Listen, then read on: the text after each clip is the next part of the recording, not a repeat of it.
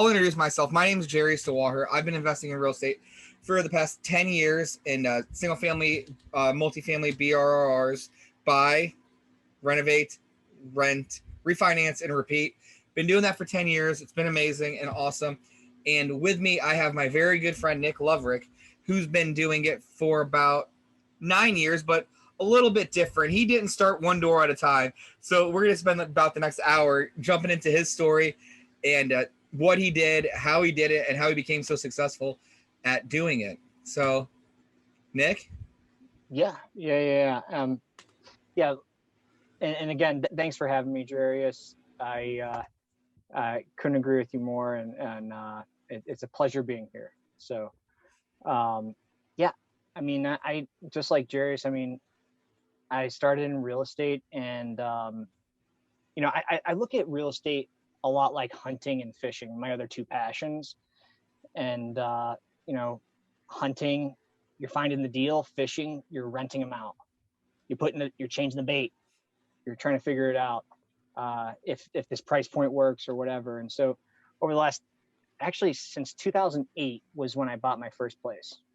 You're right. It goes back even further. Baltimore and Arizona. All right. Yeah. So we bought. Yeah, I'm just used to you just in the big stuff, but I forgot we did some of that other stuff too in Gilbert and everywhere else. But yeah. Yep. Yeah. No. Exactly. It was. Baltimore was like the first big learning. So we bought our place. It was the end or towards the end of 2008. And we were able to negotiate about $20,000 off the listing price. If we would have waited 6 weeks, we would have been able to negotiate $65,000 off the list price. So, because all hell broke loose and the market crashed. So what did you buy? What did you end up buying it for in 2008? So we bought it for $245,000, $245,000, and that included a parking lot or parking pad that you could put 3 cars on. That was like our saving grace. Okay. It was 2 separate deeded properties sold together. Okay. So real quick on this, I get a lot of people that ask me this, Nick. What happens when the market crashes? What happens when 2008 happens again, or if it happens or whatever? So you bought that for $245,000 in 2008, right? Yep. Fast forward, what year did you sell it? 2019. Okay, 2019. Yep. For how much? So sold it for $265,000 with the parking pad. Still came out ahead. And it was rented out for, out of the 10 plus years it was rented, it was only vacant for 1 month, and that's when I put it up for sale. And you cash flowed for that 11-year span. It cash flowed about $350, $400 a month. It's not bad. It's not bad right there. I was able to save myself a little bit, but like a lot of times, and you know this, like when the hot water tank went out and flooded the basement, that was a $3,000 bill. Guess what? Profit. Yeah. It's gonna be a tough year. Single families can be tough like that. But all right, keep going. I'm sorry. Jumped into that. So it's a great question, and I always it keeps me humble. Yeah. So 2008, and then we my wife and I, Andrea, we got married in 2010. Can you edit some of these things? I'm gonna pass it off to somebody that's gonna edit it, so she'll take bits and pieces that are good and like maybe make like little short clips out of it. Sarah, if you're seeing this is kind of what I was thinking. So make like little short tidbits. I'm having amnesia. When did we get married? Yeah, I know. I had Nate call me out. Nate's like, "When's the wedding?" And I'm like, "Dude, I don't know. We've been fighting about this." And then I'm like, leave it out. And then he didn't leave it out. I'm like, "You're a fucking asshole, man. What are you doing?" Oh God. All right. So back to it. Sorry. Hold on. I'm gonna drop this camera. We got married, and we we know that we wanted to continue investing in real estate. Sorry, Nick. Hold on. I got. You're good. This is. I'm gonna get this perfect soon. Until then. Okay. All right, it's perfect. Okay. Yeah. So that 2008 was obviously tough, and then fast forward a little bit, we lived in it, and then we wanted to upgrade, and we saw some opportunities down the road, and so we bought another property in Locust Point in Baltimore, which was up and coming. There was the Procter and Gamble building, like Tide detergent, all of their laundry sides of the business were right there, and Under Armour was renting them out, the units, and I'm like, Under Armour's going to buy that place. So I wanted to get as close as possible, like buy a property as close as possible to that. And in 2011, we closed on our second deal, and it was 2,200 square feet, 3 decks, a huge rooftop deck that you could play cornhole on. That's awesome. And a garage overlooking the Inner Harbor for $265. That's pretty good. A month later, Under Armour bought that campus. And then what happened to the value of that property? You bought for $265. Went up about $85K. So would you say that area was like a rougher area before you moved in there? Even when you were moving in there, was it kind of transitioning? It was like, it was a little bit step further past transitioning, but it wasn't like it was a boom town because Under Armour was there. Yeah. After Under Armour made the acquisition of the property, then that's when everyone, the masses, tried to come in. What made you so confident that Under Armour was going to buy that building? What research did you do? Research, or did it just make sense to you? I had it was gut, and it Yeah. made sense, and I'm like, I know I can rent out my other place for $1,800 a month. I bet I could get close to $3,000 if we do the same thing with this one. Yeah. So like, even if Under Armour didn't buy that building, I knew that I could rent it out for $800 more than my mortgage, principal, taxes. Yeah.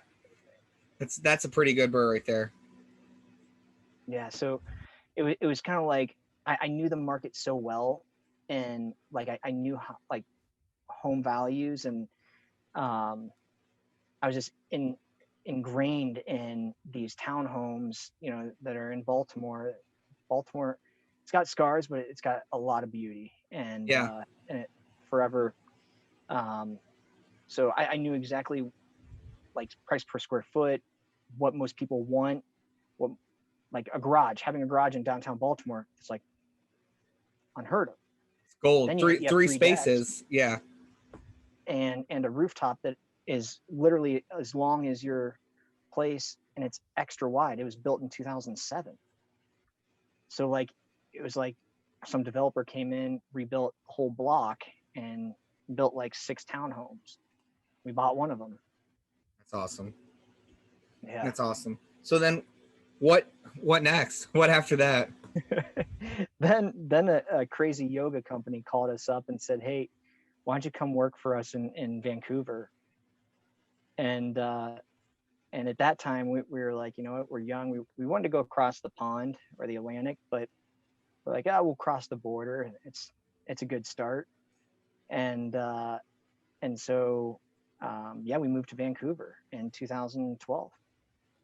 And we've been here for, it's going on 9 years here in another couple of days. It's awesome. Yeah, I know. I can't believe it either. That's a long time. Yeah, but I mean, it didn't stop me investing either. Like, so we've only been renting here. So the house I live in, to buy it's about $4.5 million. Insane. So I'm like, you know what? We'll spend $3,000 a month, and we'll invest where we want, and we'll live where we want to. Yeah. Well, and I mean, for $4 million, and in a lot of other markets, that's a lot of doors right there. And I mean, obviously you're smart enough to know that what you can do with $4 million, you could do. I mean, your return will just be Exactly. insanely better. Yeah. And that you just nailed it. And so, yeah, so we've been, so back up a little bit. 2015 is when we start flying over to Arizona a lot. And we said, like, we're always into real estate. So I was like, oh man, well, why don't we just buy a place here, rent it out, or Airbnb it? And at that time I was like, why don't we buy a car too, and we'll put it in there before Turo was even a thing. Yeah. Like, it's like, we should Airbnb it with a car. No one has that. Yeah. And now you have these It's companies smart. like Turo. It's smart. You fly in, you need a car, you don't want to rent a car. I mean, you just make it easy. You're completely vertically integrated. So Exactly. and you're done. You're the biggest, you're a super host before there were super hosts back then. Yeah. And so so we bought a place. We tried to get in Scottsdale and the numbers just weren't working out. Like, we were having to spend $600K, 20% down, 25% down, and then like having to furnish it and everything. There's a lot of upfront costs that we weren't ready for at that time in our life. Yeah. And so we went a little bit south. We went to Gilbert, which I used a real estate agent that now he's a family friend, Alfred, and he's like, Nick, Gilbert's a great up and coming area, man. You want to look into this? I was like, okay. And he's like, you know, I'll find you exactly what you want. I was like, minimum 3 bedrooms, ideally 4 bedrooms, 2 baths, has to have a pool. And how do you meet him? Because we always talk about how important it is for people starting out, and especially in new areas, how important a wholesaler can be, or how important a real estate agent can be. Tell us how you found him. So, out of luck. Okay. One of our friends that we work with at Lululemon, that was her dad, and she knew that we wanted to buy a place there, and so she was like, well, my dad's a realtor. And so we made the connection, but then he's also an accountant. Like, he has a CPA. Perfect. So like, the guy, it's not just like some person that's just, you know, got their license or anything. Right away, I start talking numbers to him, and his numbers and my numbers matched. That's important. That's huge, especially when you're starting to get a property, when you want to get going. That's really, really important to have somebody like that. Well, that's cool. That's awesome. Yeah. So we literally bought it June 15th, 2015. And by June 20th, we had it rented out on a 3-year lease. Yeah, I think I remember that. That's it's and it was great, because then we backed up from doing the Airbnb and made it a long-term rental, and we wanted to, but we still wanted to go there. We still wanted to go to Arizona, and we have family there, my stepsister and her family. So it became an awesome tax write-off. Yeah. Like, so like every time we go there every quarter, and flights, everything paid for by the property. Yeah. And it's bringing in like about between $400 and $500 a month. So what, at this point, did you have all 3? Did you have 2 in Baltimore and then 1 in Arizona? And you're in another country investing in real estate in the United States. So I mean, I know we talked about it before. I mean, it was challenging. It was not easy to do. Tell me about that. Yeah. So like, it was challenging when you don't have any systems in place. When I say systems, I'm not talking about just software or anything. Like, if something happens, I call this guy and he's going to be there. Yeah. And so when you don't have those set up right away, that's when it's scary. But I had all those things set up. And so I had a utility guy that did everything except for HVAC in Baltimore. Yeah. I'd pay him cash. I'd direct deposit it to him every time the job's done. And in Arizona, I actually found out about the home warranty program. And so I leveraged that. Yeah. And you pay one-time fee, and actually negotiate that within the purchase price of the property, and they gave us the $500 for the first year of warranty. Yeah. So it's free. And yeah, so it covered everything except for the pool heater, which the pool didn't have a heater because you're in the desert. You're in Arizona. Yeah. Like, it's like, I think a month and a half when it gets cold, like during the winter. Yeah. That makes sense. What about So, not just on the maintenance thing? What about financing? Was that challenging going from Canada to U.S. and how are the returns prepared differently? How does that work? yeah, so definitely you want to have an accountant that specializes in both U.S. and Canadian. Unless you are an accountant, then you can probably do it on your own. But I'm not, and I don't want the IRS or the Canadian government knocking on my door. Makes So sense. I pay someone to do that. Yeah. But as far as like the mortgages go, we got great rates. Like at that time, I think I even refinanced both Baltimore properties to.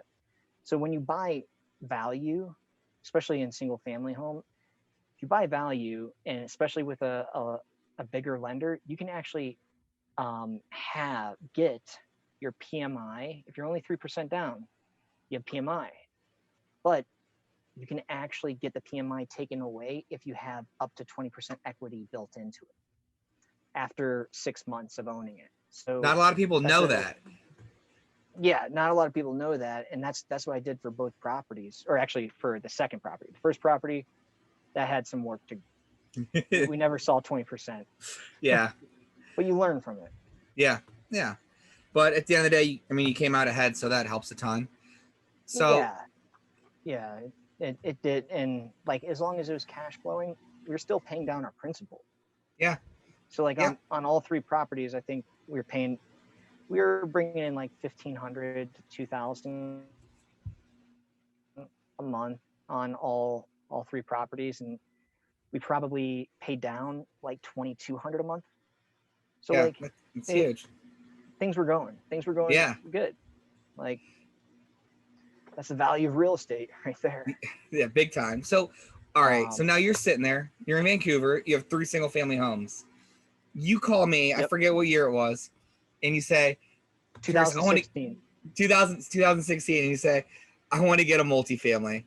It's like, all right, how do we end up there? Like, what changed from you from having these 3 really, really nice, definitely A area single family homes to all of a sudden you want to invest in a part of Cincinnati? It's like up and coming. It wasn't like, I don't think it's up and came yet. Still, it's just like there, but the numbers worked on it. Completely different demographic and everything that you were used to before. What made the shift? Like what made you really want to start to do that? Because that's when I start figuring out that the more that we grow our portfolio, the easier it is to sustain and optimize as you grow apartment, getting into the multifamilies. So for instance, our second property that we paid 265K for, our property taxes were $9,000 annually. I actually got a hearing and got those lowered to like 6,900 annually, but still that's really high. And you compound that on more and more single family homes, it's a lot compared to, like, I mean, I know it's hard to compare it to the Cincinnati property we purchased, but it compounds in, like, for instance, our 48 unit, our property taxes did go up significantly, but they're 35,000 on 48 units. Yeah. So that's like the scalability, and I kept on thinking about that. I'm like, if I can get more, and big shout out to Bigger Pockets, because it was that was also the educational piece that I took on, and I mean, you actually referred me to them. Yeah. But I knew that I wanted to get into the multifamily game, and you were in the heart of Cincinnati, and I'm like, and we hit it off right when we met, and so I'm like, you know what, I'll call Jerry, is see what things he's thinking about, see what's out there, and let's get something going, because we got to keep on growing this portfolio. We can't just be sitting on the sidelines waiting, like aim, never shoot. Yeah. I mean, it's easy. I mean, I've got a lot of friends that want to get into real estate, and even the same times or before I even started talking to you about it, and they would send me these deals, and I'm like, that looks kind of good. That looks pretty good. But they just found a way to talk themselves out of every single deal they're sending me. And I'm like, guys, it's a good deal. It's a good deal. Like, okay, your cash flow is not going to be great in the beginning, but you're going to buy it. You're going to buy this for the upside. There's an upside.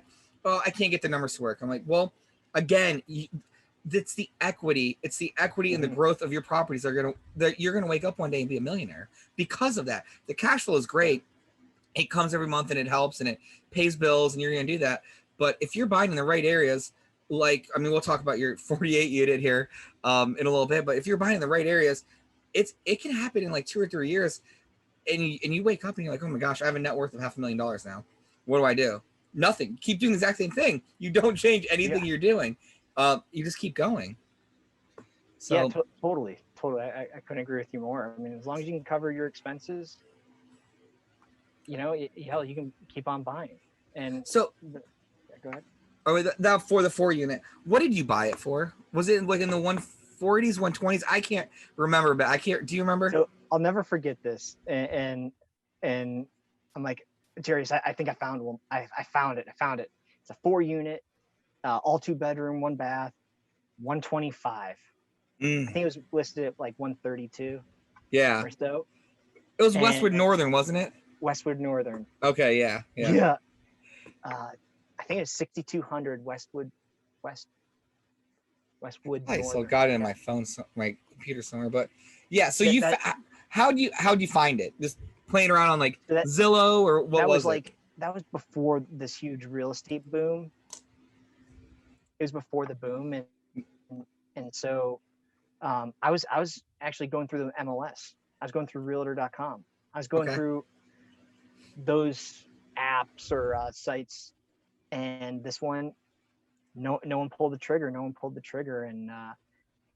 so, yeah, and it's funny because, the rents were at like 600, 650.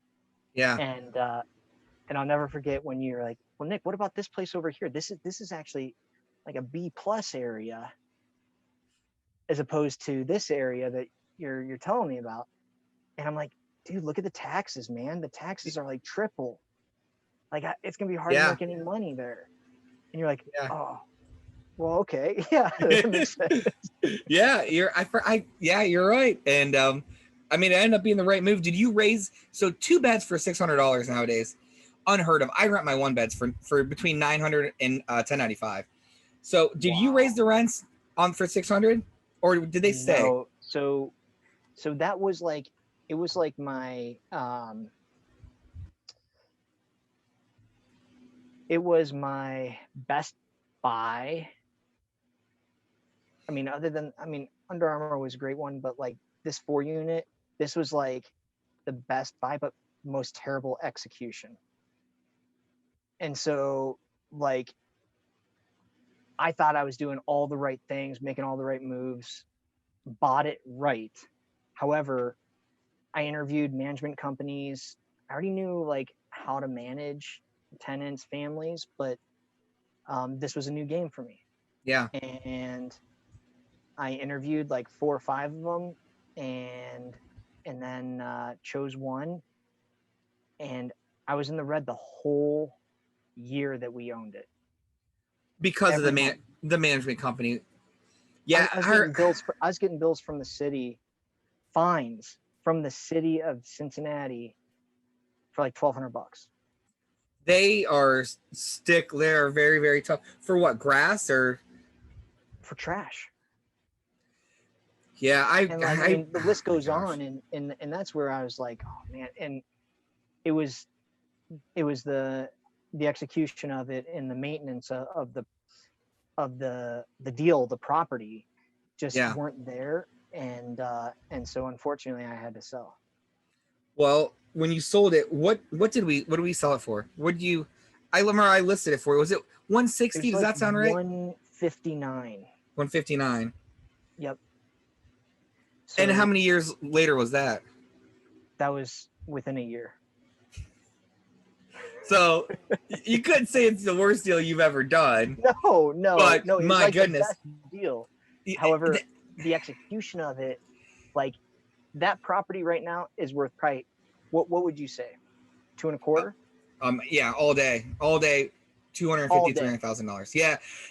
I mean, I remember back then too, because that's 2016 is kind of when, I mean, when I did this, I scaled from 3 units to like 25 units in like 3 years, and I had no idea what I was doing. And I remember how bad I wanted to help you over here, and I'm just like, I don't even know what I was doing yet, but man, just learning and getting where we're at now is a lot different. So you sold it 160. Yep. Paid off the loan, put some cash in your pocket. Then what? So then it was like going to work. Bring your lunchbox. We're going to work, because we're gonna find the right property. What was in your mind? What was the right property? The right property was anything over 12 units and a great school system, and that I have some feet on the ground. So you wanted to go from like a C-D area to an A to A+ area. To like a B+ or better. Yeah. B+ or better. I'd say your area is probably like about an A, right? Yeah. No, I mean, it's definitely in the A. Yeah. Okay. Area. So, all right. So tell us what was your plan? So yeah. So my plan was, I figured out like having a management company manage 4 units. It actually didn't, even if they're a great management company, it's still, you wouldn't yield the returns. You'd probably get a 5 to 10% return. But once you get over that 12 unit, then you start getting those larger returns, because as you have the more units, there's essentially more money coming in, and you're paying them a percent, whatever it is, 4 to 10%. We pay 6.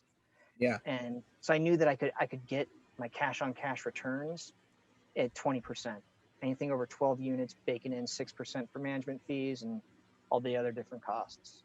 You're not going to get that anywhere else. I mean, that was the challenge for like us. And I mean, in the beginning, no management company's going to want to take on 4 units or even 40 units. Really, they're just not going to care about you. They want the new big work, play, live kind of spots. They want the bigger developments. They want the bigger units. You bring a 4 unit and it just sucks, but you're going to end up getting a subpar property management company. And that's definitely subpar would be very generous. Yeah. And it's my fault. I hold myself accountable to it, because I'm the one who picked them. Well, what's one thing is like, but now learning. I think it's all learning. It is learning, and we've gotten better. Like our units have like 44 units after this week, and we manage them all ourselves, and we do a pretty good job. We have a really good turnkey system for it and everything, but I just have to decide at what point do I not want to do anything at all. And I don't know. It'll maybe be when I start. I honestly don't even know. I think we have a really good system set up right now. I could probably scale it to like 100 and still be fine, but I say that now and we'll see. And that's just it, because your time is money, or your time. I look at it like time is a luxury. So like the more time you can get back for your life to spend it however you want, that's my ultimate goal. And I get to see it in you, like you're not really spending a whole lot of time because you have the systems in place. Yeah. Sorry.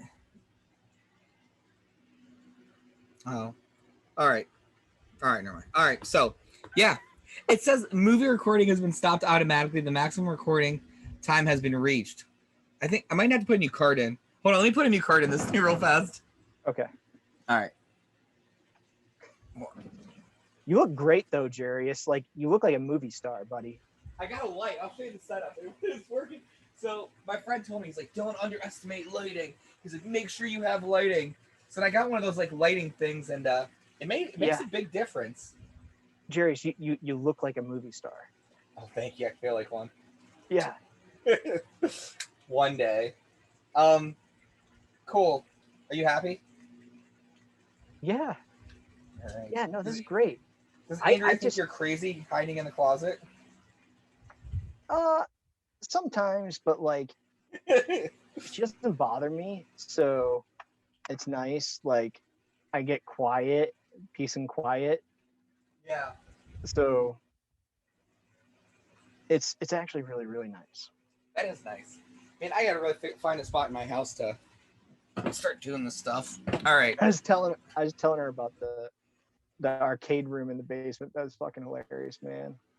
Oh yeah, they love it. We like hang out and play like PS5 and play all the arcades and pop popcorn, and it's just like it's just not big enough for a couch, so we just put beanbags everywhere. Yeah. So it's like perfect. All right, I gotta get this camera to turn back on. Hey, that's cool. Yeah. Okay. Hold on. Actually, coming on. Yeah. All right. Let me see if this will work.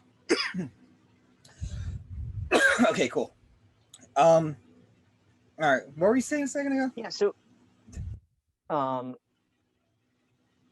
can't remember, but back to the offloading the 4-unit. The call out was like, because we had such a great relationship, you helped me out, Jarius. Like you didn't take a commission on it, or you took a very low commission. I can't remember what it was, but like that helped me have even more buying power. So when do you sell it? 2017? 2017. All right. It for just under a year. All right. So then came the big one. Then came the big one, and I knew I wanted 12 units. And so I just went to work. I went into the data. I'm like, I can't find anything on any site. Well, how can I really find them? I'll go through government websites. So over the next 2 years, I'm diving deep, and I'm expanding my network, calling realtors, calling management companies, interviewing them to find out who's the right fit whenever we do find that property.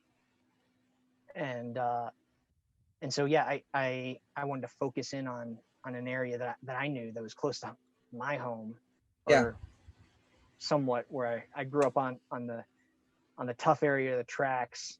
Harmont. Yep. But I knew that I knew the area I wanted to get Jackson local schools or North Canton. Makes sense. Those are, I mean, solid A areas. So, okay, you're talking about government sites. You went, I'm sure, auditor sites. Started at the auditor sites. Auditor site. How? Yeah. Like, and then you reached out to every owner that had a 12 unit or bigger. Yep. Reached out to everyone. Everyone told me to go pound salt. Yeah. How many letters? I mean, how much do you think you spent on postage before you got your first deal? Probably,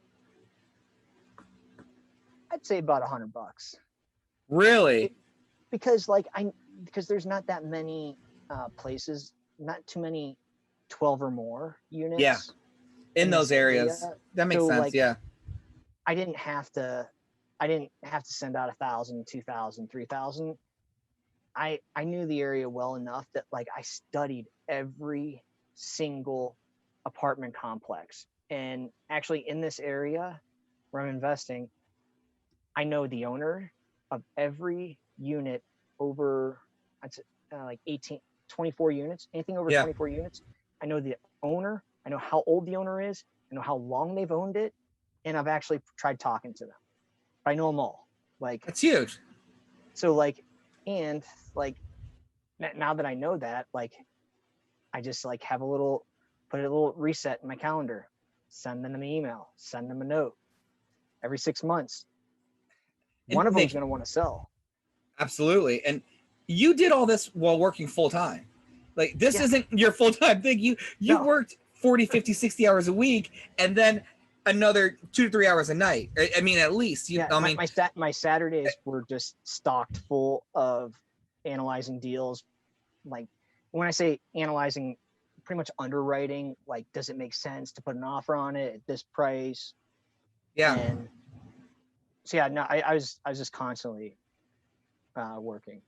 Yeah, and I mean, it's in the beginning when I built my business, I gave up my Friday and Saturday nights, and I gave up a lot of other nights, and I gave up a lot of time and out there, a lot of gas, a lot of stuff when I didn't have money, and time was what I could give my business because I didn't have money to give my business, so I had to just put all my time into it to grow the business. And now, luckily, there's money, and now I have more time, but that didn't come easily. So your first deal, people see Nick bought a 48 unit. That must have been super easy.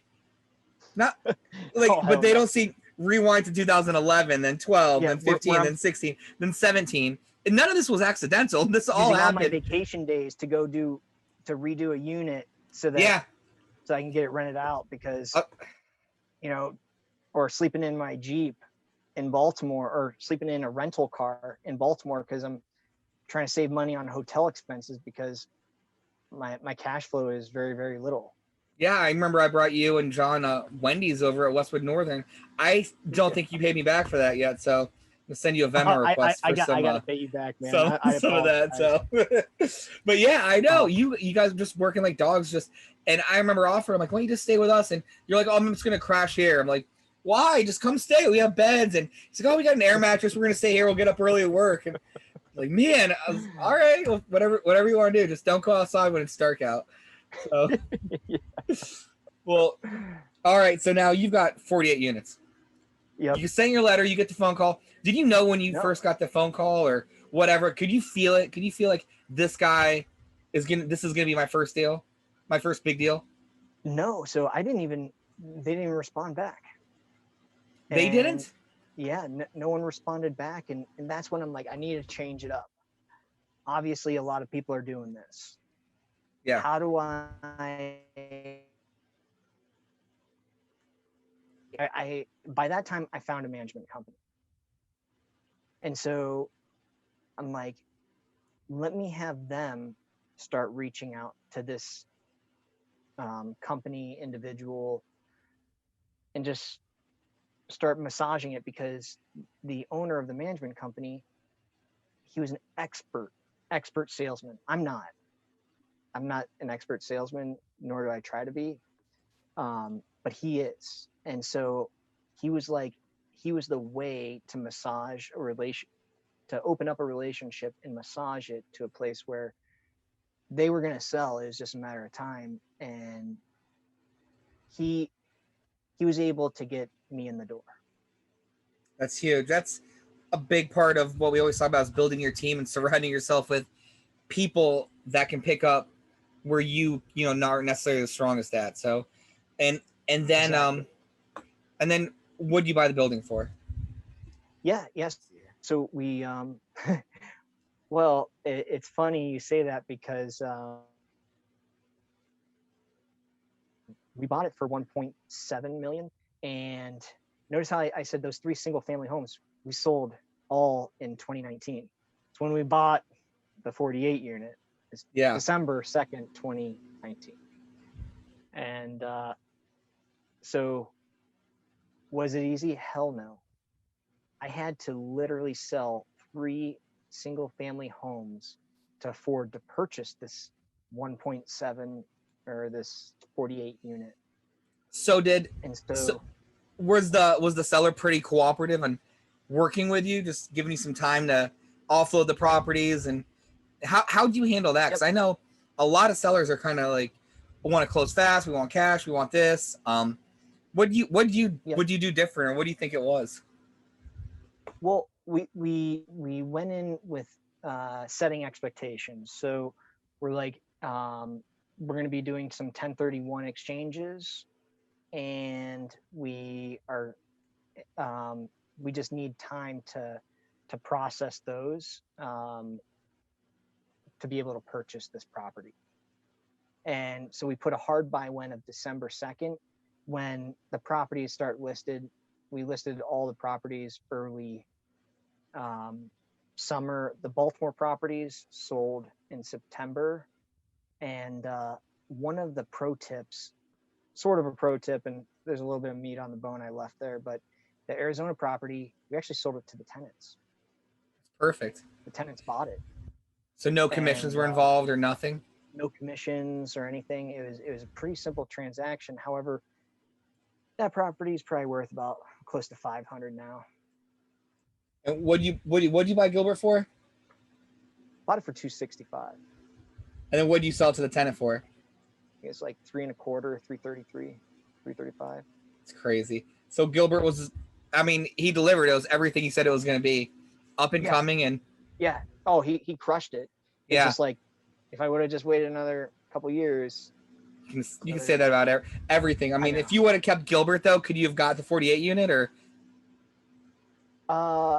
would have been tight? It would have been really tight. We've been rationing. Well, because 400 and some odd K down just isn't. It's tough. Yeah, it's just not sitting around right now, in the beginning at least. Yeah, so it was. We probably wouldn't have been able to buy it. Yeah. To answer your question. Well, now you have it. Yeah. You got 48 units. You're in Canada. You just put down almost $500,000. You sold properties that you knew you loved, were sure things, basically, to venture off to go get $2 million in debt, basically. About $1 million, well, $1.2 million after your down payment. $1 million in debt. So what was your first move? Like, what was occupancy like in there? What needed, like, where? Give me the game plan. Yeah. Oh man, the game plan was I knew the market, I knew the rents, and they were so far low. They're so far from market rents that I was like, oh, I can increase value here. This is a value add deal, and this is a bullseye. And so what were the rents? One beds were like 380. Wow. To 4. Two beds were 5.25. So what you do? Did you do anything to add value, or did 2 beds in there that were like 4? Jeez, that's just insane. So what do you do? Did you go in and start working on vacant units first, and then get those rented out, market rent, and then kind of when leases expired, letting people go, or what was your strategy? Yeah, so the strategy was, so it's kind of like 2 things. So first off was the management company's running it. They're the engine, they're the oil, they're the gas. They're making sure they're running it. Yeah. Now it's my job to make sure it's like a Ferrari. And so I was like, okay, first things first. Anyone that's leaving, we vacate, get it up to market rent, or just sub-market rent by $25, so it gives them a little bit more incentive. I knew every unit was redone top to bottom in 2011, so like the actual like reno cost, there's not going to be a whole lot. Yeah. Like when I say a whole lot, like I only baked like 2% in for reno cost. Okay. So it was already in good shape. You got a building that was basically 10 years new. Yeah. Yep. That's awesome. I mean, that's a home run. That's a home run. Yeah. So so is that, and then lease renewals. So the other side of it was the people that wanted to stay. We're not going to bump you guys up to market rent or below, just sub market rent. That's not fair from going 380 to 6. 6, yeah. That to me, like I want it to be a very, very nice community, and people like where they live and like the ownership and like how it's being taken care of. And so we approached it in a way that made sense for them too. So we said market rent's this. So I had the management company go to every family and say, here's what market rent is. Here's what you're paying. What do you think you can afford? Yeah, that's very fair. And so a lot of people were like, like $40, $50. I'm like, okay. Yeah. We'll sign you up for a lease, another year lease for $40, $50 bump. Yeah. And then we do that every year. So what And was the so vacancy in there when you first bought it? Or was it pretty well occupied? it was 100% occupied. Wow. Okay. Yeah. So, however, rents were very, very low. So there's a strategy from the previous seller that or owner, um, keep them real low, and you will always hit that 100% occupancy. True, I guess. It's like also Yeah. you also miss 100% of the shots you don't take. So like Yes. you Yeah. know, yeah, I mean, people have different. Was he probably like an older person kind of just coasting Yeah. by? Yeah. Yep. Yeah. I mean, Older family, and very, very high net worth, but yeah. So they start offloading some of their properties. So we were able to get that 48 unit, and yeah, it's been amazing. So yeah, we just went in, and we didn't want to be like, either pay market rent or vacate the property. Like, we're conscious about it. We gave, when we bought it and we took over, everyone got like $10 gift cards to Starbucks. that was your move. You gave everybody $10 Yep. just to introduce yourself and to say, hey. Just to introduce myself and just say, hey, just wanted to let you guys know we're the new owners, and wanted to wish everyone, because it was the holidays. I'm like, this would be a great segue into like holidays, and just Yeah. a little gift, a little surprise and delight. Yeah, I Goes mean, a long way. $500 your cost makes a huge difference. It just lets them know that, there's a person back here that really does care about you, and Yeah, that that it there's just someone goes a long behind. way. Yeah. Yep. That's awesome. So so you said you guys are still renting the two beds for 600 now, 650, or are So you kind now of taking a we're more starting to hit the aggressive? eights Okay. on the two beds. On the Yeah. one beds, we're hitting the sevens. Now, do you still think you're pretty low on the two beds though? Do you think there's room up there for like in that area? I mean, are they $1,000 two beds, or what is it up in Jackson? Yeah.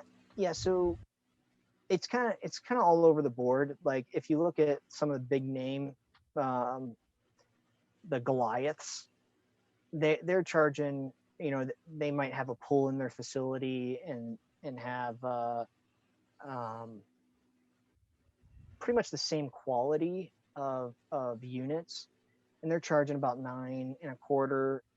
Some are in the 1100s, but then that has a garage, Yeah. carport. All of yours Um, have carports, don't they? yep, there's 48. I believe there's 48 spots for the carports, and then another 48 units around the carports. And they're all free, right? You don't charge extra for carports? No, we don't charge extra for carports, and so I'm starting to build a strategy with the management company on like good, better, and best of what we Yeah. have to offer. Because like, I feel like a carport is nice to have. I paid extra. I think I paid an extra like 25 or $40 a month in my apartment to park my car Yeah, under something. So totally. And we have 16 units with balconies. yeah. Did you So have a that pool in there's that unit or the building when you bought it? no. So they took the pool out. They filled the pool in I think 2011. Okay. It's probably a smart But move for a yeah, few like reasons. liability with like, I feel like pools are like, anything under 100 units doesn't make sense to have that amenity. Yeah. Makes It's, sense. I mean, that's just what I'm seeing. Like, I'd have to relook at the numbers, but now if we can get $1,000 for our two beds and 800 for our one beds, yeah, I'll bring the Yeah. pool all day long. Like, I mean, it seems like you can get there though, I would think, in the next few years, especially more developments happening right around the corner from where you're at. That huge golf course is gone now, and I mean, they're yeah, sinking a ton of money in things right there. yeah. And however, there still are the large institutions that are holding rents down in the area. So there's about 4 or 5 of them. I won't name any names, but they're keeping them suppressed. So Why is that? What do you think the benefit of that is? I think it's to lower their. My gut says they either don't know the market rate or they're doing it for tax advantages. Yeah. That's yeah. But it's unfortunate because then you have a couple mom and pops that have no idea really what's going on, but they either live on site and I mean they're still taking checks to the bank. Yeah. Like they're not doing anything online or anything. Yeah. And they're way under market rent. Like there's Yeah. Yeah. So what? All right. So what now? So you bought the 48 unit. Tell us where it's at today. You bought it for 1.7. You went in. You increased rents a little bit. You did a couple things here and there, like 2% of your budget. Not a ton, but what would you say that building today is probably worth? Well, it's actually appraised at 2.8. 2.8. And how many years that take? Through 4? Just 3? Nope.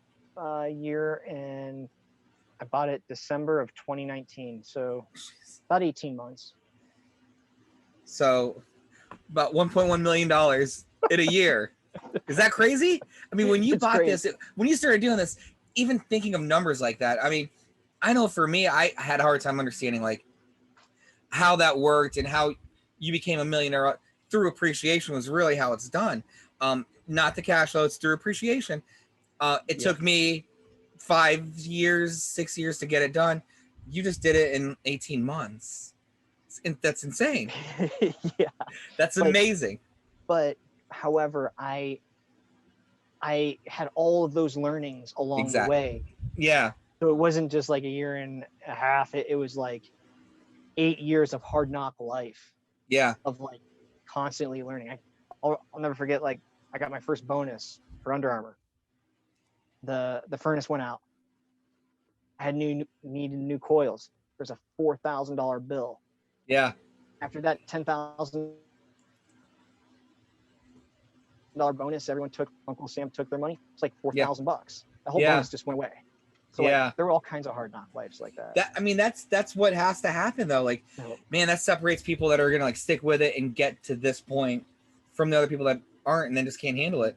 And I mean, I can tell you right now, the payday's worth it. And it's like whether you do it, like I mean, my strategies, I have got a lot of 2, 3, 4 units and a couple single families, and we hit it in like 6, 7 years, like 1.6 million in equity in these houses, and then you had your small little this and this, got rid of everything else, and wanted to go big and get it all in one big swoop. And it's not like there's a right way or a wrong way to do it. It's like it's like saying you sold pillows and I sold blankets. Like, we both sold things people needed. We just got different results. But man, 48 units then. Where do you go from there? Now, do you just start sending more letters out, more feelers out, and you say, I want to get another 48 units, or I want to get whatever? What's next? So what's next is we want to have about 300 units under our belt in this area. And right now we have pretty much, what is it, 40, 37, pretty much about 85 units signed LOIs, letter of intents, in the same area.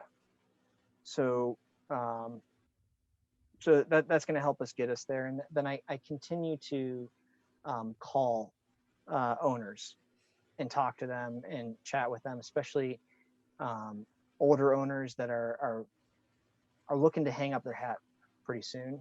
Yeah. And so I stay in touch with them. I send them gifts. I do a lot of things that a lot of other people don't do, and I make it as personal as possible. Like I sent a picture of us, and then the red flower for Christmas to one family. Poinsettias. There you go. Yeah. Yep, poinsettias. And then countless bottles of all kinds of things. That's huge. Like the art of gifting. Yeah. Like whenever somebody says real estate, and this was always taught to me in the beginning, is like people think of two names. You want to be one of the two names, and that's whether you're a buyer in real estate, a buyer's agent, a seller's agent, anything real estate related, and you just having these touches, like one touch, two touch, three touch, four touches, you're going to be instantly higher on that list because, I mean, you care genuinely more than most people, Yeah. and you make it fair, you make it easy, you make it very, very easy for them. You make it a win-win-win situation, and that's what I do with every transaction. Exactly. I have to change the battery in this camera. Yep. Well, let me change the battery real fast. Hold on. Yeah. Jerry's, you look like a freaking movie star, buddy. Does it look good? It looks so fucking awesome, man. I'm just blown away. You're gonna make it big time, buddy. Like, it's like when I said I wanted to do this, I was like, I've got to just like invest. I'm gonna go all in and buy this and buy that, because like I don't know. I just didn't want to like half do it, you know? Yeah. And now I understand why you wanted it outside too. You're like, oh, it's gotta be outside. It's gotta be outside. It's just so much better. Like it's incredible. This is like my little domain. I have to so kind of like what you were saying about the apartments and all that stuff. There's a guy up the street on the cul-de-sac behind us. His mom had her house for sale, my owner, like 6 years ago. And I went up there and I told her I wanted to buy it. And she was like, I don't want to sell it to somebody that's going to tear it down and build a new house here in Madeira. And because people are doing it all the time. And I said, I'm not going to tear it down. I want to renovate this house and make it a nice house for people to live in. Well, she just was getting older and getting sick and didn't want to sell the house, the cul-de-sac up there. So I just stayed in touch with her, and I'm like, hey, just let me know if anything changes. And then one day she just stopped responding to me, and she would always respond. She was so nice. And then we found out she passed away. So her son inherited the house, and her son, oh man, it's been just sat empty for like 5 years, and he's just having a hard time getting rid of it. And he found out that I was in real estate, and we started talking more and more. And he's doing a house in Milford that his wife inherited from his mother-in-law, and they're keeping that as a rental. And he came up to me and started asking me questions about what you should do with the house. I'm like, you know what? I'm going to come out there. I just want to come out and just talk to you about the house. So this was last week. I went out, spent about an hour and a half out there, helping him pick out some finishes, telling him about how he should rent it, bringing comps and all this stuff. And it was a really great time. And then when we were finished, he's like, well, next time I go to the Jet Thief house, the house around the corner, he's like, oh, I'll let you know. I want to take you through it. And I've been asking him for the last 2.5 years to go inside that house. And he just never invited me over. And then we just go do that. And I'll help him get that house done. I'll save him thousands of dollars, whether he wants to rent it or sell it or whatever he wants to do. And I'm going to make this house that he grew up in, which I get, it's hard. It's not an easy thing to throw away a lifetime of memories and everything, but we're just trying to make it easy. But I also want to bring value and help him, because at the end of the day, you just can't keep an empty house in Madeira, because it is not a cheap place to live. So I can only imagine it. And I'm sure there's property taxes too. Big time. Lots of property taxes. So, well, all right, then we got the 48 unit done. Yeah. So you said what's next? Your question. Yeah. What's next? And the really is to continue purchasing multifamilies, specifically apartments in Jackson. And so, like, we're just going at it, and I have a list of brokers that I reach out to every month, just to say hello, see how things are going, see if they have any opportunities within some units, especially even because like I know the owners of their properties and I know their property managers. Yeah. And so like a lot of the deals that are going to happen are also going to be brokered through the property management company. Yeah. And so making sure that I have solid relationships with them, and and building out that that whole network. So yeah, I'd say in the next 6 months we'll probably have well we actually have under contract a 16 unit, which it's a little different asset class, so it's not like the bread and butter, but it is it's in a great area of potential development, and yeah, so we're really excited about that one. That one will close October 4th, and then hopefully we get another 47 units in the next 6 months.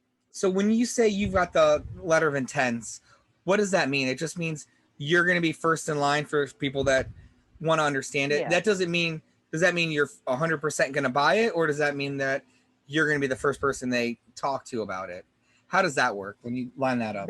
That works. It's just pretty much like a non-binding letter of an intent to purchase a property, and even if they sign it, they could go somewhere else. Yeah. So it really doesn't hold a whole lot of water, except for it starts building the relationship. Oh, there's a number to it.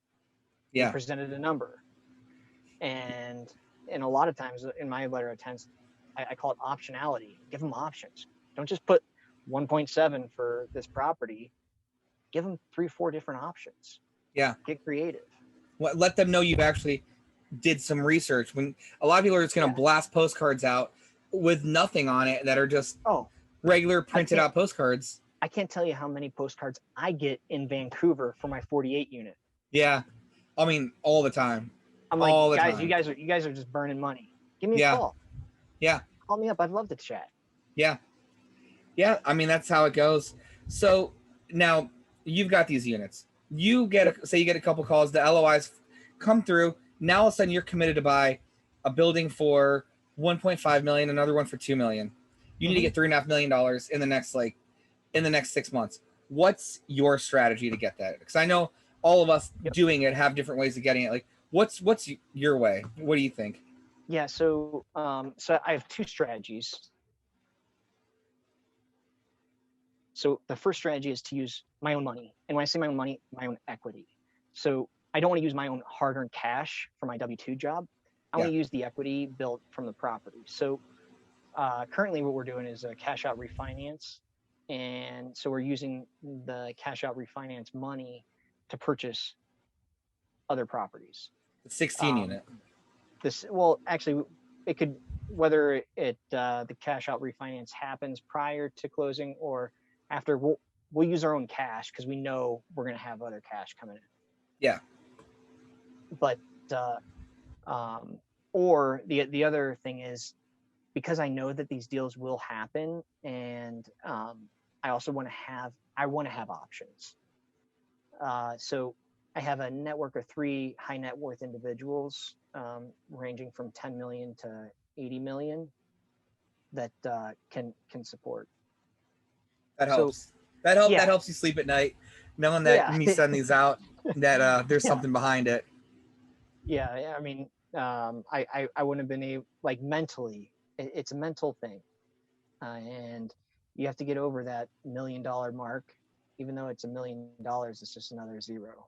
Yeah, it really is. I mean, just thinking about what money meant 7-8 years ago to what it means now. It's like real estate's just our tool. Like, we're investors. Like, we could have done this selling screwdrivers to people or whatever. We just chose to do it through real estate, which, I mean, with real estate, it's just, it levels the playing field for everybody. It doesn't matter about, your age, your gender, whatever it is. If you can go through and execute the deal and do a good deal, you're going to hit a home run. It's about how hard you're going to work, the hours you put in after your work hours. That's going to do it. And also a big part of it's your gut. I mean, you just talked about your gut. I had a gut about a spot and did a little bit of digging and found some stuff out. And nothing we did to buy our properties was anything secret. You used Realtor.com, Zillow. We used MLS. We got plugged in with people. All of these things were free. You just had to ask and look. That's it. There's nothing special about us. We're 2 completely below average people Yeah. that just happen to make some money I'm in lucky real to be estate doing alive. stuff. I'm lucky to be alive past my 18th birthday. Yeah, I mean, there's, 1,000 stories that could go around right now. So, all right, you're buying stuff now. You're getting aggressive. Yeah. I know a lot of people come to me and say, "What about when the market crashes? It's gonna crash. Market's gonna crash." What are your thoughts? Are you worried about it, or where are you at with this whole thing? You know what? If the market crashes, great. I'm going to buy properties. If it doesn't, great, because I'm going to buy properties. Yeah, Like I honestly, it doesn't even phase me. I'm looking at it from like a steamroller perspective of I'm going to buy the deal if it makes sense. yeah, Not like how can I make it make sense? If the deal makes sense, I'll buy it. yeah. I mean, if it's a square and it fits in a square, I'm gonna close on it. Yeah. Like I want to buy it. And at the end of the day, and I know you are too, but I'm not buying these. We're not buying these to own these for 2 or 3 years. Like these are No. acquisitions for the next 10, 15, 30 years. So if the market's gonna crash, it's gonna crash. It's gonna be fine. Yeah. Everything's gonna be fine. Hang out. People are gonna need to rent. If they're losing homes, the rent's gonna increase a little bit. Going to increase. Yeah. So as long as the numbers work out and you're able to either cash flow or cover all expenses, even if you have a crash, yeah, you'll probably start making money. yeah. I mean, Because it's people are going to go back to renting. And guess what? When that supply lowers, that demand kicks up. I mean, I can't even imagine here in Cincinnati supply getting lower than it is right now. It is insane. And we put apartments up. We had one vacancy recently. Put it up for rent. Had 80 people apply, or not even apply. Just sent us a message on it in 3 days. Rented it. Then the next person, another person, and we had a few applications. We took. Then a lot of them were really good. So we took the second best one and said, "Hey, we have a unit that's almost identical. Going to be open July 20th. Do you want it?" She looked at pictures, signed the lease just off of pictures. Sight unseen. Then another one bed for a friend of ours that reached out on Facebook, and she's like, we're selling our house. We want to take advantage of the market. We want to rent for a few years. Do you have a place? So I have a 1-bedroom coming up. This is the only thing I have coming up, and they have 4 people that live in this that are together. They're married. They have 2 kids, and it's a big 1-bedroom. And they actually went through, walked through it, and signed the lease. So as soon as this tenant moves out, the end of July, she bought a house. They're moving in August 5th. So we can't keep properties long enough, and it's just insane. It's just a weird, awesome thing. Incredible. That's incredible. Right. And like you're just like reaping the benefits of having property. Yeah. Like literally, because you have property, you're able to increase rents $200, $400 a month because you have all this increased demand that's coming your way. And I don't think it's going to slow down. I don't either. It was for a while I kept saying the market's going to correct, it's going to crash, prices are high, but I mean, at least with some of the stuff going on, like with inflation and what's been happening lately, I think we're in a pretty good spot. Your dollar is worth more now than it ever will be. Yeah. Well, my dollars in real estate are worth more than they'll ever be right now. I mean, exactly. So it crashes, let it crash. Yeah. Keep renting them out, and you, hey, maybe the equity goes down a little bit, but you're still cash flowing, and then you'll hit a huge upswing. Yep. Yeah. I mean, I still have people. I mean, I'm used to running 6 projects at a time, between 4 and 6. Right now, we have one house we're flipping, a 3-family we just closed on today, which we just need to renovate 1 unit in that, and then a single family townhouse that I only bought because I own the other 2, and it's a 5-row building. So I kind of want to control what happens there. I got a decent deal. I don't want Section 8 moving or anything crazy, so I just bought it to buy it. But I basically have 2 deals going right now. The one's almost done, and people are calling me, my lenders that are giving me money, or what are you doing? Where can we buy? What do you want to do? What do you want to do? And I have just $1 million sitting there that I can't take because I have nowhere to deploy it quite yet. But if it crashes, I'm ready to spend every single penny of it. Exactly. That's hands down, bar none. And you're saying, like, how like you have some time now, but like you have a couple more projects going. I remember a time when I can't imagine what your cell phone bill was. Like you must have been on the cell phone for, I don't know, like I feel like 1,000 minutes a day. Like It you were just like you never were stopped. grinding, and grinding in the right direction too. You weren't just grinding your way down, you're grinding your way up. Yeah, I was reading something today. I really like made sense, and it said basically like I work this hard not to be seen, but to be forgotten by everybody. Like, and I tell Jess and I tell people like my best days are when I get like 2 emails and 2 phone calls a day. Like I just want to be left alone. Like we spent, like the whole like last few days at the pool. Tomorrow we're Yeah. gonna go a couple hours south down in Kentucky, go look at a lake house down there that I think we're gonna end up buying that to hang out and just have that to do. But I just want to disappear. Like I just want to be left alone. And I say that, then a part of me is like, but I just love doing it so much. I just like love talking to people about it. I just love the business. It's just not work. It's just so much fun Yeah. to take something that's just disgusting and just grow it, and just to grow a big business like we have is just exciting. It's awesome. When you're passionate about it, it doesn't even seem like work.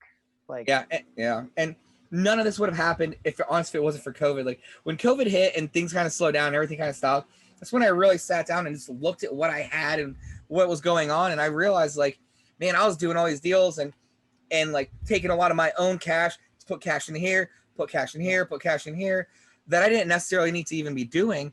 And it just took a pandemic to get me to slow down and like really enjoy things, and just realize. hang Well, out. I'll tell you what, the whole equity piece, pulling equity, like you taught me that.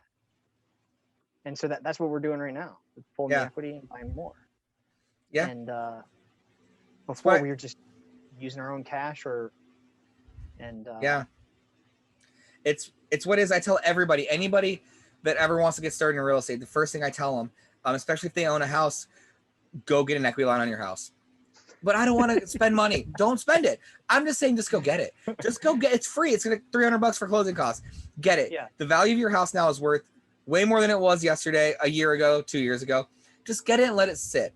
And the worst thing that's gonna happen is you never use it.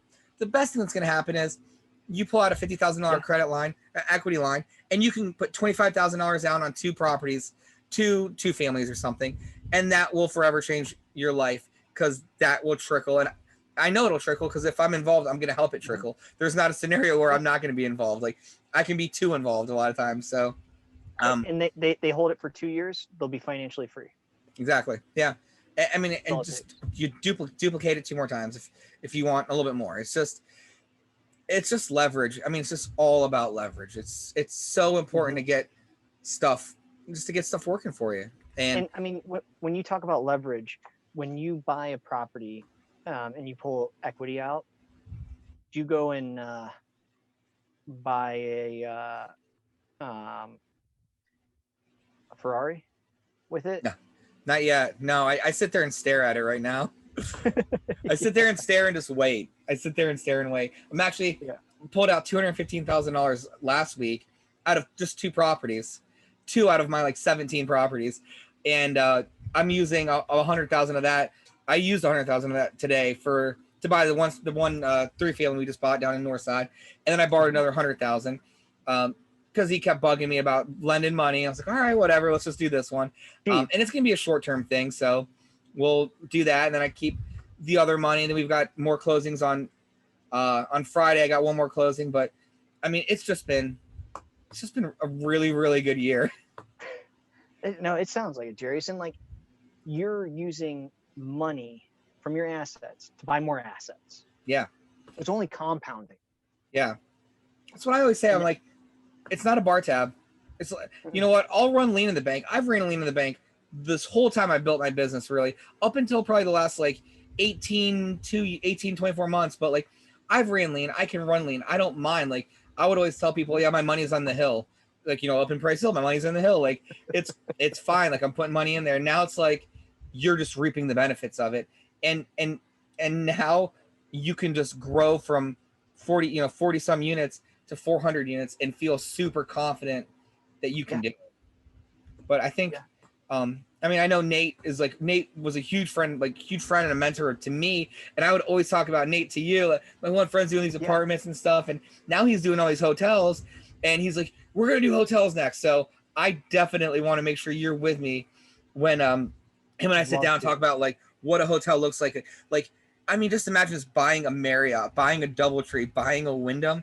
Like that's crazy. Like they bought this one Marriott in Columbus, and they were showing me the marketing campaign they did, and they just put their whole family in the marketing campaign. Like their kids are playing in the pool, and now they're all over the Marriott hotel. I mean, that's exciting. So I think that's something really cool that we should definitely dive into in the next couple of years, hopefully. Hey, I'm totally game. So what's your plan? Like, I feel like you keep on, you're asking all the questions. I'm not used to this. So yeah, what's your plan? You know what? Right now, how many units? How many units you have? Right now, there's 44. We got 44 units right now. 44 units. How much gross rent do you bring in a month? About 37,000. So, and so that's, I mean, it's pretty good. Our debt on that's about 15 to 16. So it's pretty good. Yeah. So, and then you add out, a couple like taxes, insurance, and things like that. I mean, it ends up grossing about like $12,000-ish a month. So it's not terrible. It's pretty good. I can't complain. Like we give when we want to give, and we do, whatever we can do, and then we still put money back into stuff. Like the roof blew off on our house, and that cost money. A roof blew off on our 3-family. That cost $17,000. Luckily, I could write a check for $17,000 on a roof, but know that property that has been taking care of me, that was my very first place I bought. It's been so good to me. It's been giving me money, giving me equity, giving me good cash flow. So I bought it a new roof because it needed it. And it's going to have it for the next 30 years, and I'll know that roof will be perfect.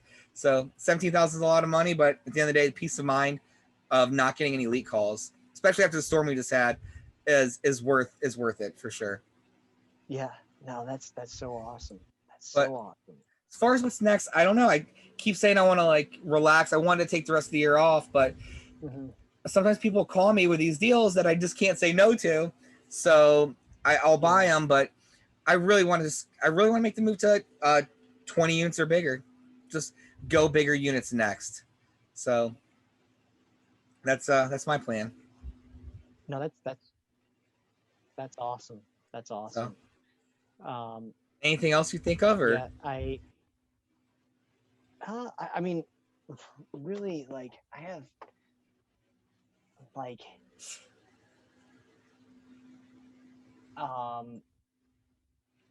biggest mistakes, or how do you find deals? Like, and I don't know if we need to add all that, like, because you're gonna have me on again. Yeah. Like, my gosh, I don't think this is gonna be the last time. I don't want to give you everything. No, we can't do that.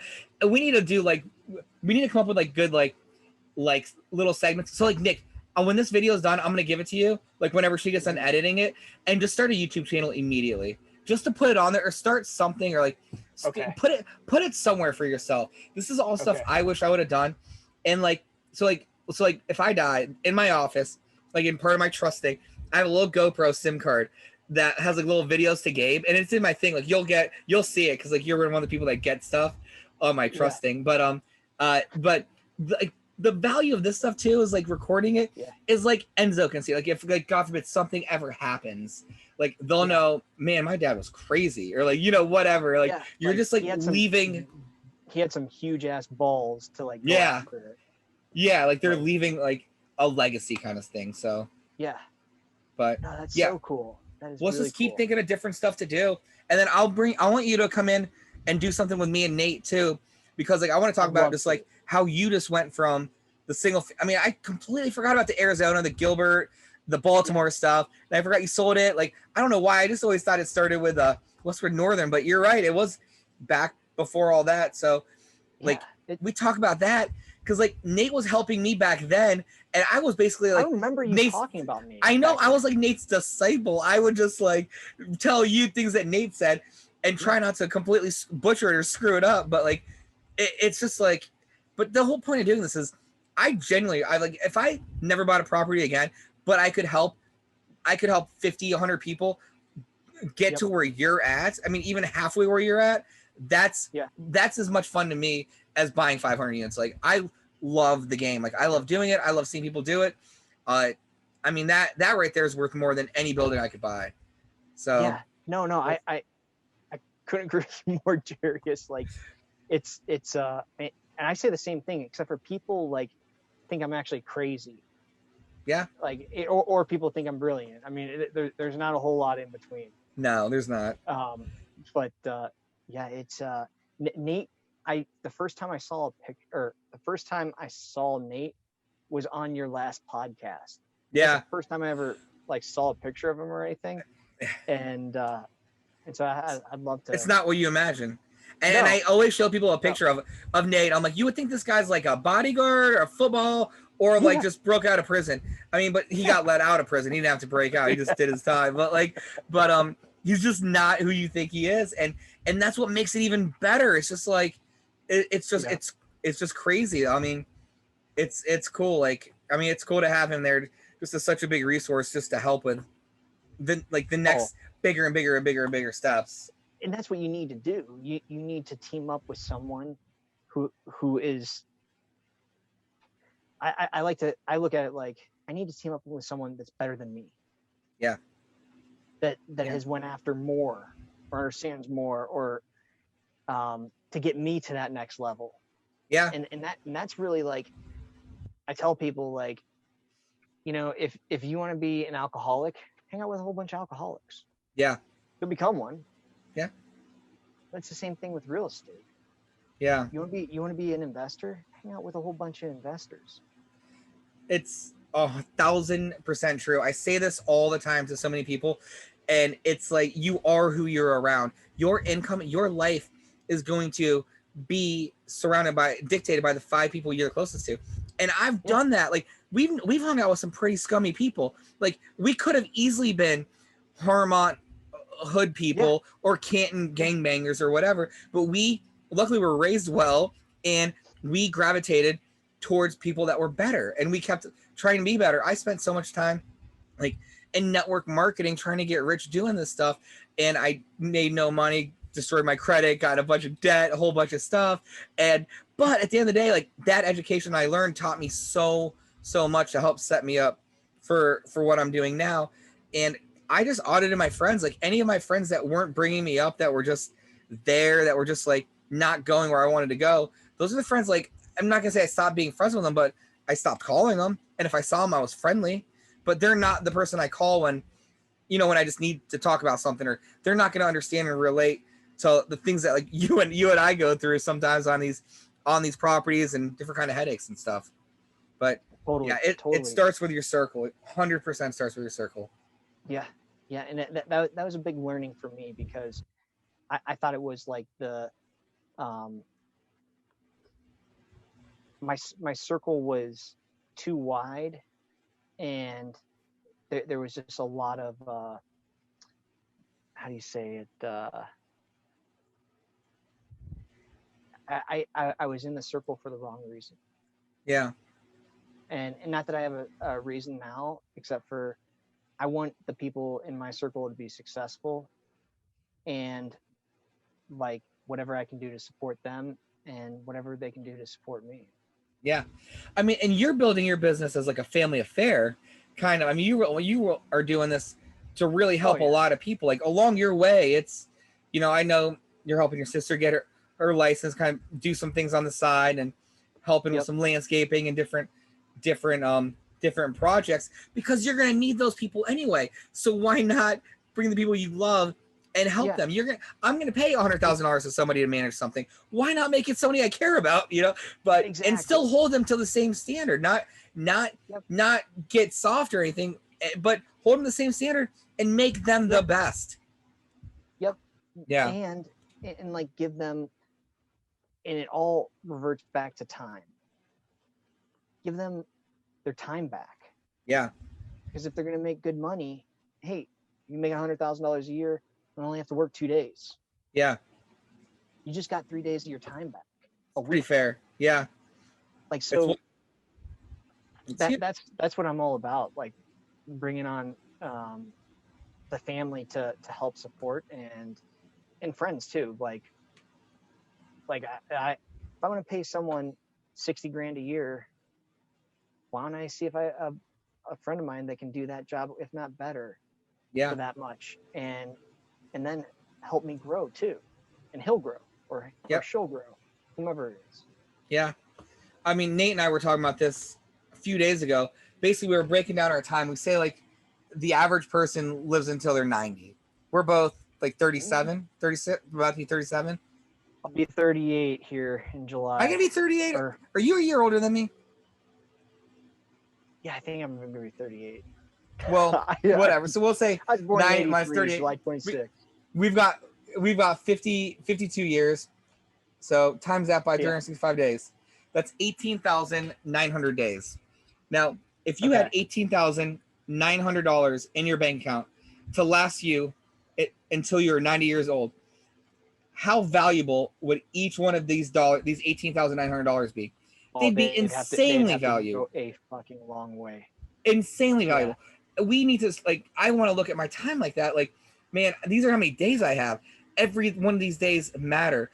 And if I'm having a bad day, or you don't get it back, it's gone. This is it. We're done. We're done after that. Yeah. The account's going to go to zero, whether you want it to or not. It's just up to us how we handle it. And that's why I just like the pool days matter the most. Like putting the phone down, hanging out, passes at Kings Island, going do whatever you can to enjoy it the best you can. Totally. That's why we bought a Whistler property, because that thing is like just a gold mine as far as family fun. Like literally throw away the cell phone and just go have fun with the family.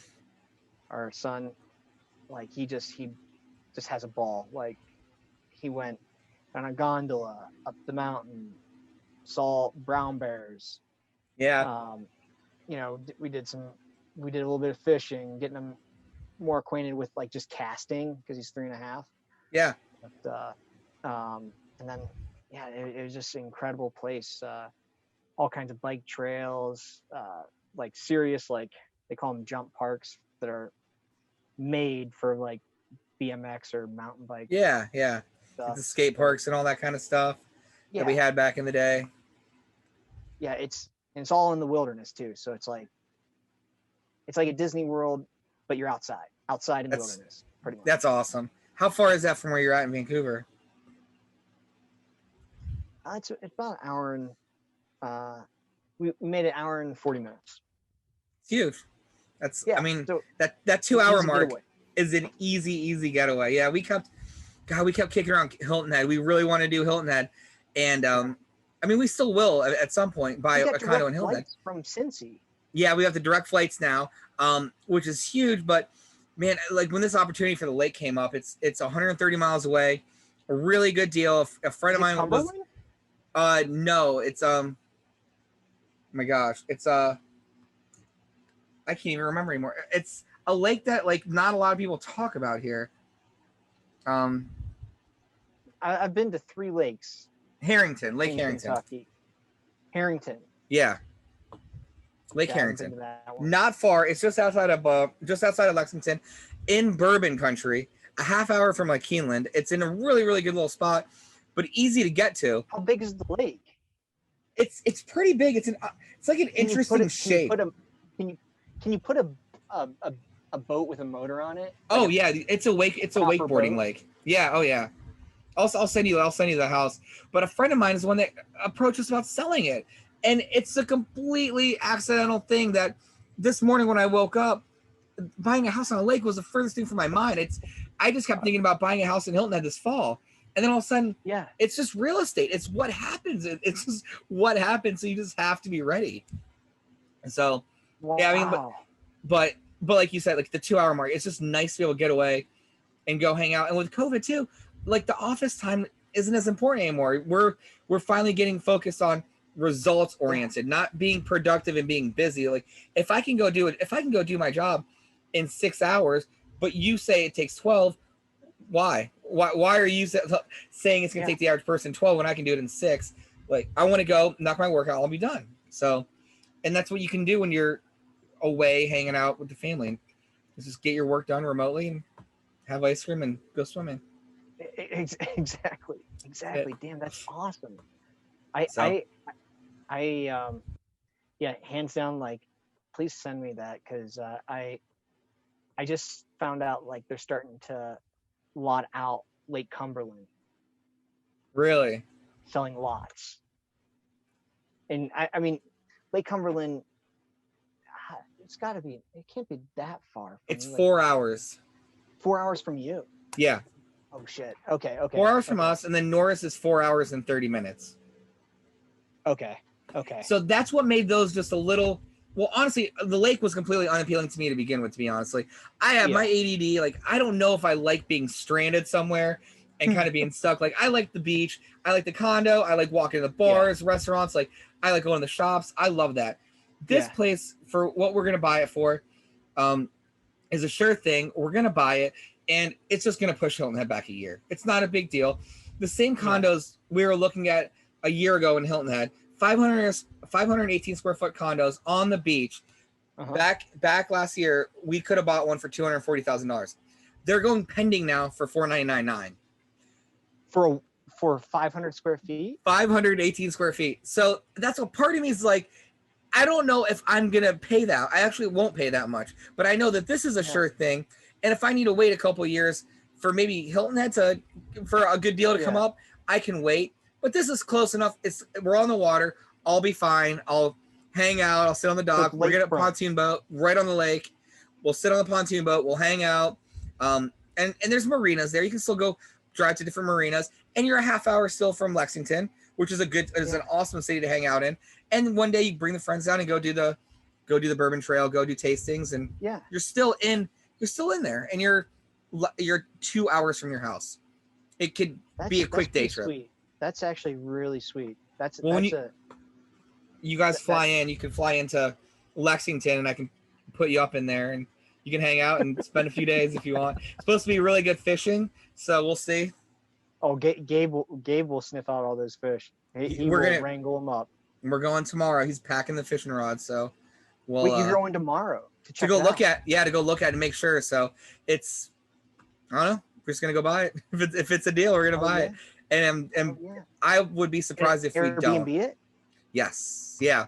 We'll Airbnb it. We're able to do that. We'll get it for about $280,000. I'll put down $80,000. Only because on that I just want a lower monthly payment, just because it's not necessarily an investment property. It kind of is, but it's more like for us to get away. Yeah, it's just like it's just a lifestyle thing. Yeah, and I know if I keep the payments around $2,000 or the mortgage around $2,000, my all in with taxes, insurance, flood insurance, all that stuff will be less than $1,500, and that's super manageable. And if we rent it out 10 nights a week at 10 nights a month for $250, $300, we'll be fine. It's not a big deal. So some deals you want to leave cash in. It's not a big deal. I don't need, whatever. I don't, I can get money for other real estate if I need it. It's not the end of the world. This is for us to enjoy, and it's the equivalent almost of the Ferrari, but it's for a lot of people to enjoy. Gabe will go down. Gabe's mom will go down. Family goes down. It's a free place, and I don't know, a lot of people are just going to say no to a free place, from to go down. So it'll be good. I think. I'll tell you what, like, I'm gonna start looking in that area now. It's like I have the itch for a lake property, but I've been looking at condos on the East Coast too. Yeah. And man, I want to pull the trigger so bad, and especially like there's a lot more mortgages available for them, and you can get them with only like 10% down. Yeah. Well, and what's interesting about this lake is our neighbors 2 houses over bought a house on this lake they're closing on in a couple weeks. The same lake I've never heard of before until they brought it up is the same one, coincidentally. They bought a beautiful $800,000 house. It is like a castle. It is insanely nice on the other side of the lake. So it's just kind of funny how that just happened completely. Your neighbors in Moderna? Yeah, right next to us. Yep. Oh shit. So you're ahead of it. You're ahead of the game. It's just so random. It's so crazy, but it's exciting. It'll be fun to go down, have day trips, and Yeah. spend time doing that kind of stuff. So No, that's great. That's so good. So good to hear. yeah, I know it's late there. It's 8 o'clock here. It's it's 11 it's 11 o'clock. But no, Jerry, I can literally talk about this all day long, and time just passes, and that's when you know you're really passionate about it. Well, speaking of deals just popping up on your phone, I just got a message. Do you want to buy a 9-unit in Price Hill? All 1 beds, 1 baths. Rents are $700, 15,000 purchase. Not sure about the ARV. Some guy just sent it over to me. So how much purchase price? It says 15,000 purchase price, but that doesn't sound right. But a 9-unit just got messaged to me. So when we get done talking, I'm going to call this person and see what it looks like, and yeah, maybe we'll talk about that house a month from now, or that building, and see where we end up. Yeah, hell yeah. But it's exciting, man. Anything else you want to close with, or any tidbit or anything you want to share? I'll share a pro tip. And it's kind of like out in left field a little bit. And it's with the appraisals. And appraisals are great if the government, or so you're buying a 4-unit, and the county, city values your property at, let's call it, for all numbers related, $100,000. Yeah. And an appraiser goes in and appraises it for $200,000 and says, is it based on a 6 cap, all this stuff. And but what that appraiser doesn't bake into their analysis is the increased taxes, property taxes. Yeah. And so you're frozen. Oh, you're frozen too. Oh, you're back. Okay, yeah. And so really,